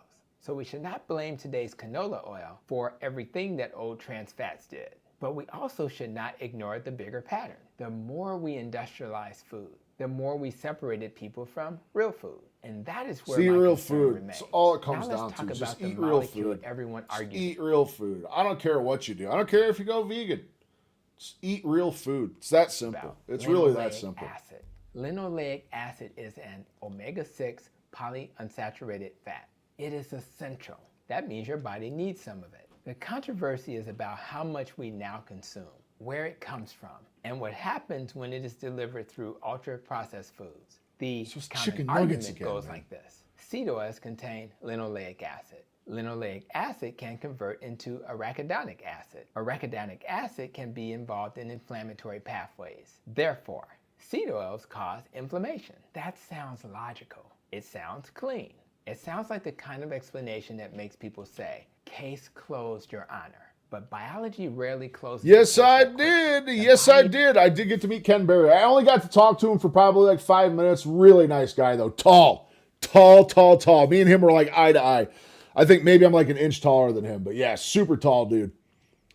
Super tall. I told him, man, I said, your videos helped me lose 135 pounds in the last year. He was just like, oh my God. Really, really nice guy, though. Really, really nice. He was busy. I'll tell you what, he was putting in work. He was all over the place. He was on the floor meeting people. He was going back and doing speeches every couple hours. He was doing VIP appearances. He's out on the floor again. Like, he's a people person. He is an absolute people person. Him and Dr. Kiltz. Dr. Kiltz is just a million miles a minute, man. That man is packed with so much energy, it's not even funny. It's not a vending machine where you insert soybean oil and inflammation falls out the bottom. One important paper is the 2011 Systematic Review by Brian Reed and Jay Whelan. Called Increasing Dietary Linoleic Acid Does Not Increase Tissue. So I forgot. I was going to take a break and go get water, and I didn't do it. Consuming Western type diet. Wait, I think that review found that changing dietary linoleic acid did not meaningfully change tissue arachidonic acid. I had a salter sitting right here. I had a salter sitting right here. Phospholipids. It's from this morning. Were there a lot of bigger folk there? I was repping for all of us. I was repping for all of us. There was a couple. No one my size. There was no one my size there. Maybe that's not true. There's one or two other really big dudes too. But I was standing out like a sore thumb. I definitely stood out like a sore thumb. I was by far the biggest dude there. Like by a long shot. I was the biggest dude there. Approved seed oils are ideal, but it does challenge. Definitely some heavyset people, but a lot of super, super healthy people. A lot of people that have been doing carnivore for a long time. A lot of long-term carnivores who are very, very in shape. I'll tell you. Proud to represent the obese side of things there. Only for another year or two. Then I'll be on the other side. Looking down on things. Nah, I gotta fucking never look down on things. I want to help people. I want to help people get to where I'm going to be.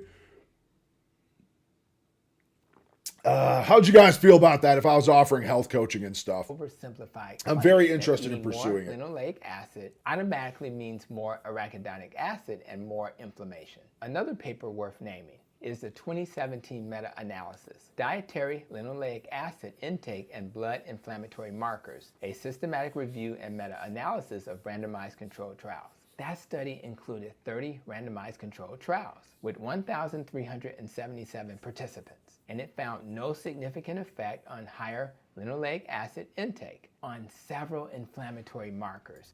Yeah, absolutely. It was, if I had to say the most represented group there was exactly that, Bucky.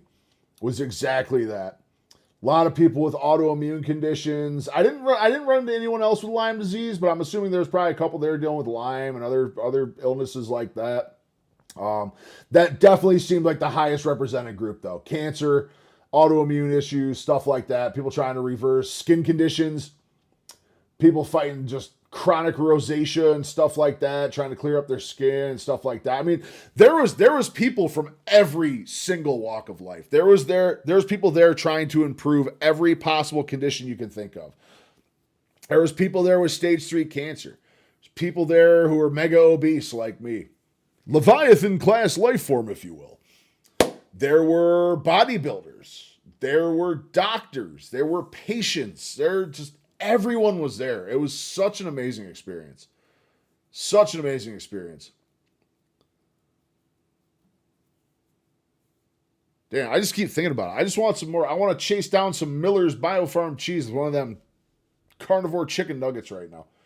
I also say that because I am,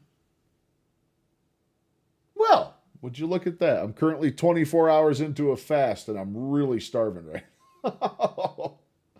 Really starving right now, but I got to get this inflammation down. I am so inflamed from that drive up. Eating dairy down there, driving 13 hours back, and then falling down at the gas station. I've got a lot of swelling and inflammation right now. I truly do. TNF-alpha, IL-6, adiponectin, Adiponectin? See, there's another word I can say. There's another word I can say. The authors did note that some subgroup analysis, very large increases in linoleic acid, might increase CRP. And that little word, might. Limitless Lindsay, ground beef chief. Yeah, not a lot of super huge people. Bill Knott's one. He was not there, though. Although he is heavily featured in the documentary. He is heavily featured in the documentary. I didn't realize how big Bill Knott was initially. I honestly did not realize how big he was. It's tremendous what he's accomplished. It really is. It really is. His story is amazing. I need to start watching a lot more of his stuff. He has a new channel, right? I know he has a new channel. I believe something happened with his old YouTube channel where he got hacked. So hopefully he either got his channel back or he's finding success on a new one, but that sucks. I'll tell you what, as someone who is currently trying to do the social media thing, people are trying to steal your info every day. Every day. Everyone wants to see, every scam company there is wants an account with 10,000 followers to switch over to spread their spam and bullshit. Like, you got to be careful. You got to be super careful when you're doing this. 700 in a new channel. Gotcha. Friggin' seagulls.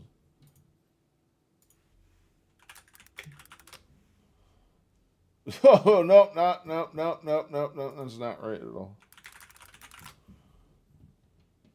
Why did I type it like that?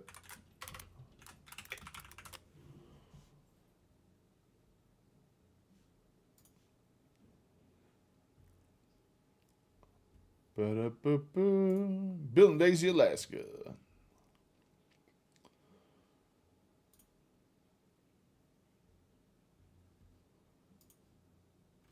Let's go. All right, him and his cat. Yeah, Bill and Daisy. Yep, we found it. We found it. Where's was fire? Now it's a flood. Dude, look how much weight he's lost. Insane. He's down 380 pounds. Absolutely crazy. Got to go see you Friday. Sounds good, Bucky Bob. Sounds good. I appreciate you stopping by.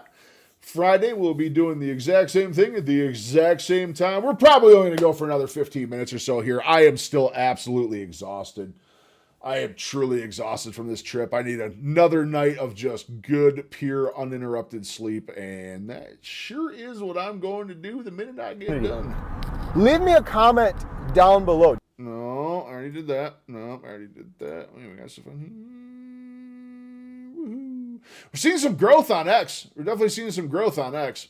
Is where medicine lives. Not panic, not denial, but context. So here is my more nuanced view. I do not think the best human evidence supports saying seed oils automatically cause inflammation. But I also do not think that means everyone should relax and start adding refined vegetable oil to everything, like it's holy water. Because give me that there are Crisco. still legitimate concerns. One concern is processing. Many common just seed oils slather are me up in refined, Crisco and leave me to my deodorized. vices. Some are extracted with solvents. They can be exposed to high heat, and by the time they reach the bottle, they are very different from squeezing an olive or pressing an avocado. That matters to me. Maybe future research will show that the refining process is less concerning than many people fear. Maybe it will. It's one of my show big that concerns. certain You see like refined canola oils are oil being acceptable made, like in certain industrial contexts. canola oil But factory. until we My have more God, dude. clarity, my That is personal literally and just clinical industrial preference is sludge. simple. When possible, choose fats that are less processed. Cold pressed olive oil, avocado oil from reputable sources, butter, ghee, tallow. I guess my coconut question oil, is, how foods do and you fats track that down? look Is there like an actual guide or a website anywhere? You might know this one, Benny, where like actually find what good brands of oils are if you do choose to use them. I have kind of switched back over with my cast iron. Tallow was not working as the best seasoning and nonstick, so I kind of have been treating my cast iron in olive oil again. But I need to find a better came brand, from I think. nature, not from a factory tour where everyone needs safety goggles. Now, the second concern is heat. Polyunsaturated fats are chemically more fragile than saturated and monounsaturated fats. That means they can be very vulnerable to oxidation when exposed to heat, light, and oxygen. This becomes Light especially relevant and with oxygen. deep frying. Using a small amount of oil once at home is one thing. Repeatedly heating oil in a restaurant fryer is a different story. A recent review titled Toxic Aldehydes in Cooking Vegetable Oils, Generation, Toxicity, and Disposal Methods discusses how deep frying conditions can generate... You guys ever heard of Butter Bob as well? Including aldehydes, and the amount produced depends on several things: oil type, oil quality, heating conditions, oxygen exposure, and repeated use. So when someone tells me they are worried about seed oils, I usually ask, are we talking about a small amount of fresh oil in a home-cooked meal? Or are we talking about fries, nuggets, chips, crackers, frozen meals, and restaurant food, cooked in oil that has been heated over and over again? Because those are not the same conversation. And this is where I think low-carb and ancestral health communities have a legitimate... I think part of the problem with seed oils is because it's deodorized. People use them repeatedly too much, so they're devoid of nutrients. And to your question, I'm sure there is, but you don't know it. Gotcha. I forgot, I am also going to be live. I don't know if my channel is going to be live, but I am doing a live podcast on Saturday this week. Saturday at 9 a.m. I will be doing a podcast on the Meeting Wellness channel. I got to reconfirm that tomorrow. Actually, where's my notepad? I need to write that down before I forget. I got to reconfirm that.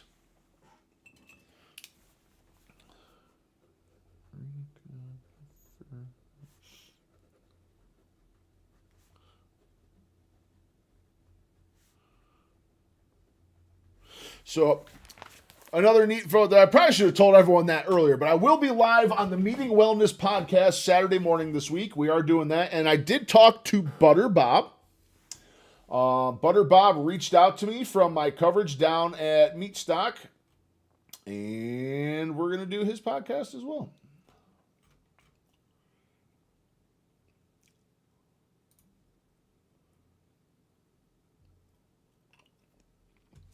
Point. Seed oils usually do not show up. I've been pushing butter makes They your show pants up fall down. like It does refined indeed. flour, It does indeed. Sugar, corn syrup, Look at potato me. starch, breaded coatings, Skin tight a few artificial months ago. flavors, Skin tight a few months preservatives, ago. and portions large enough to make your insulin ask for a transfer to another department. Think about French fries. Is the Excuse problem me. only the oil? No. It is the oil plus the I'm potato, so bummed I plus missed the that high call about heat, the truck. plus I'm going to be repeated wondering all frying, night now. I'm going to be plus stressed over the what's wrong with the soda, truck. plus the bun, plus the dessert, plus the fact that the whole meal was engineered to make you want more food before you even leave the parking lot. That is not just nutrition. That is metabolic marketing. And in my clinic, especially working with patients... That's Butter Bob's song. with You know, I've diabetes, actually... obesity, hypertension. This is fantastic. Maybe we'll come back to that. I've never actually really watched much of Butter Bob's stuff.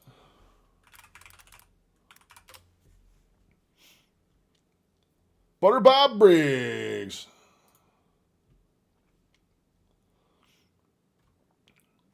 He's got a ton of subscribers. Yep, butter makes your pants fall off. There you go. 2.2 million views. That's amazing.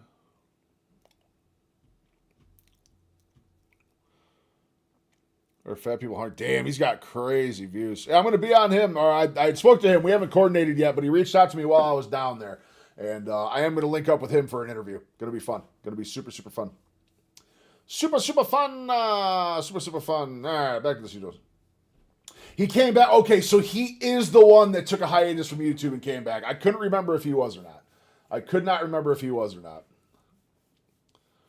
Whew, that's a big hiatus after views like that. My God. If I'm getting 500K views on a video, I'm going to be making them 3 a day if I can. Fatty liver and insulin resistance. We're going to be stepping it up. We're going to have some real big stuff coming up here the next couple weeks. We're going to have some real big stuff coming up here the next couple weeks. Like I said, I am truly reinvigorated from MeatStock. I am very, very invigorated from MeatStock, and I want to accomplish so much more, and I want to help so many more people.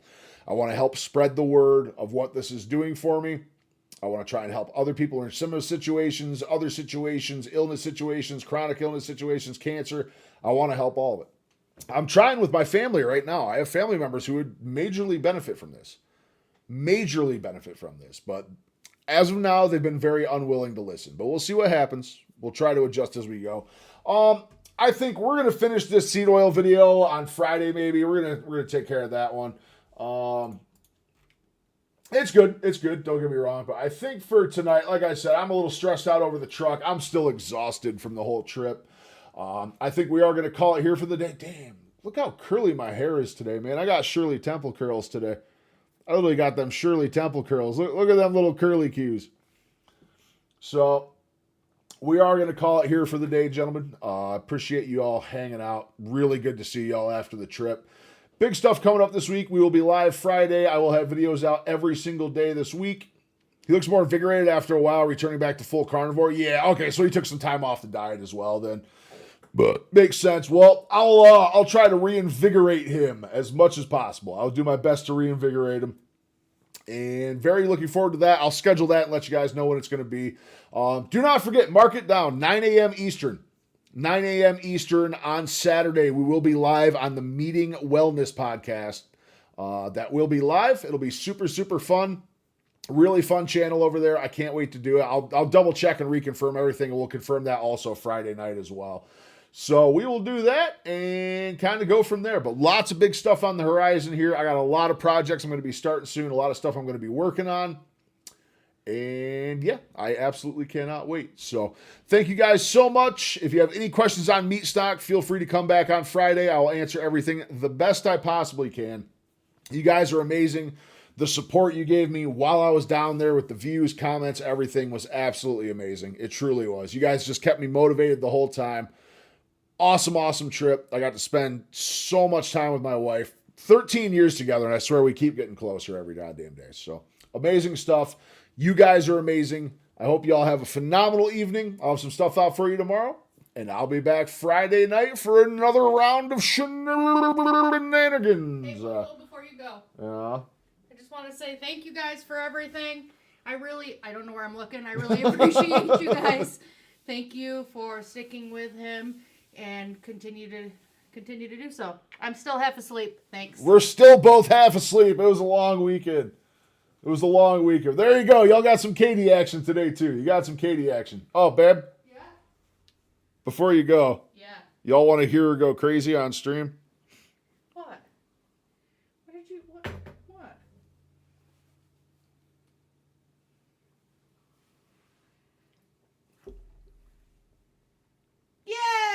Yay! Congratulations, baby. That's great. I'm a confirmed speaker next year. Woohoo! And guess who? Guess who's in the same panel with me? Me and Kylie. Yeah, hell yeah. Me and Kylie are going to be on the same panel next year. So there we go, guys. We got some wifey time. Thank you so much for hanging out tonight. I am literally going to go just fall into a coma because I need another set. Got more Katie action in 1 minute. Got more Katie action in 1 minute than we ever have before. Mm-hmm. Uh-huh. Mm-hmm. Uh-huh. All right, guys, y'all have a good night, and we'll be back Friday for some more fun. Bye-bye.